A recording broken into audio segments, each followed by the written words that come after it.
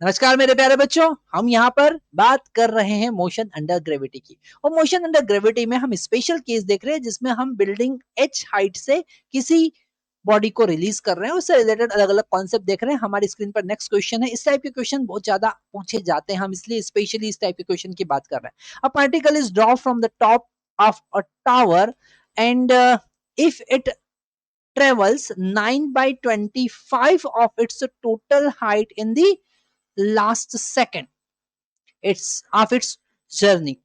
Find the time of fall and height of the tower. तो ये last question था, उसी जैसा ही क्वेश्चन हमारे पास में है।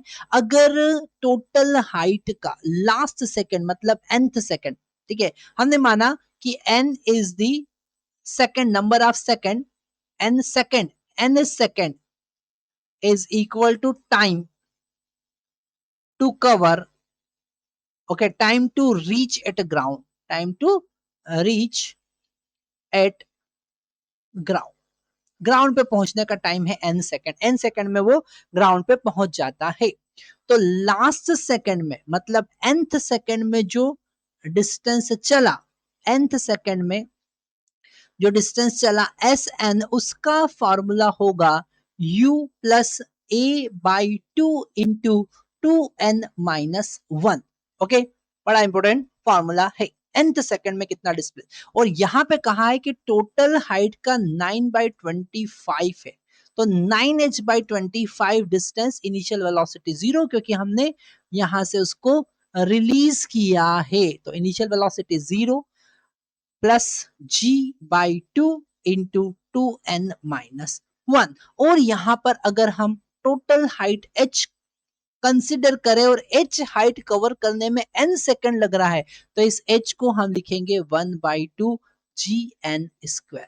तो इस h का वैल्यू यहां पर पुट करेंगे 9 divided by 25 into 1 by 2 G N square is equal to g by 2 into 2n minus 1। आप चाहे तो दोनों साइड जी का वैल्यू नेगेटिव भी ले सकते हैं। इसका मतलब है कि वो वर्टिकल डाउनवर्ड मूव कर रहा है। यहाँ पर केवल साइन कन्वेंशन माइनस की हेल्प से हम यूज करते हैं। तो यहाँ जी और जी कैंसिल हो जाएगा, हमको मिलेगा 2 से 2 भी यहाँ पर कैंसिल हो जाएगा, मिलेगा 9n square divided by 25 is equal to 2n minus 1। Okay, अब इस 25 का अगर हम यहाँ मल्टीप्लाई करेंगे तो हमको मिलेगा 9n square is equal to 25 2n minus 1। 25 का अंदर मल्टीप्लाई करेंगे तो 9n square is equal to it will become 50n minus 25। Okay, इन दोनों साइड को हम, दोनों टर्म को हम अपोजिट साइड लेके आएंगे। 9n square minus 50n plus 25 is equal to 0। ये हमारे पास एक क्वाड्रेटिक इक्वेशन बनी जिससे हमारे पास में n की दो वैल्यू आएगी। तो ये है एक क्वाड्रेटिक इक्वेशन, क्वाड्रेटिक इक्वेशन दो वैल्यू n की आएगी। तो हम यहाँ पर n की वैल्यू फाइंड करते हैं और वो होगी 50 minus B plus minus root B square minus 4ac divided by 2a। So it is 50 square minus 4 into 25, C का वैल्यू कितना है 25 इंटू 9 भी यहाँ पर आएगा, है ना, 9 भी आएगा ना, ए का वैल्यू 2 9। ठीक है, तो ये हमारे पास n की वैल्यू आई, यहाँ पर दो वैल्यू आएगी, एक पॉजिटिव और दूसरी भी पॉजिटिव। ठीक है, तो इसे हम आगे सॉल्व करते हैं। हमको मिलेगा n equal to 50 plus minus it will become, कितना हो जाएगा ये 2500 माइनस, ठीक है, और ये हो जाएगा हमारे पास में 36 into 25 divided by 18।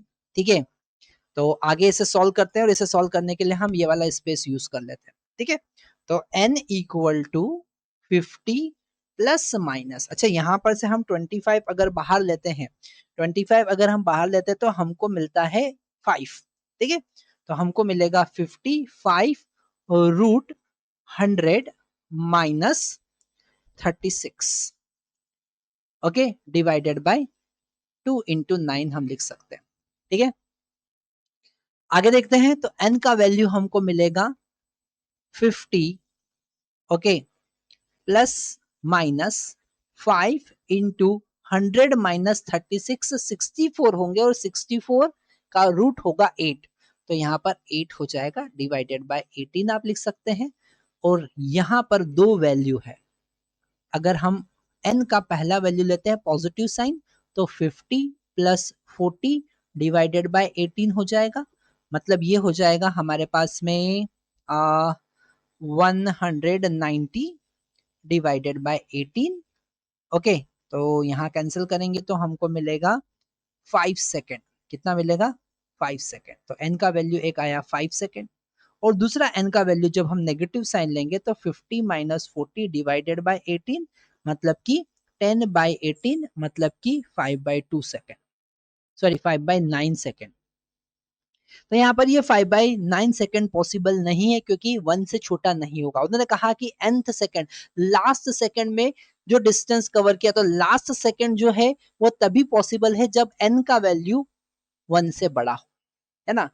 Last second, एक सेकेंड जो आखिरी का एक सेकेंड जो है उसमें उसने इतना डिस्टेंस कवर किया, तो वो 1 से कभी भी छोटा नहीं हो सकता है, तो इसलिए ये पॉसिबल नहीं है।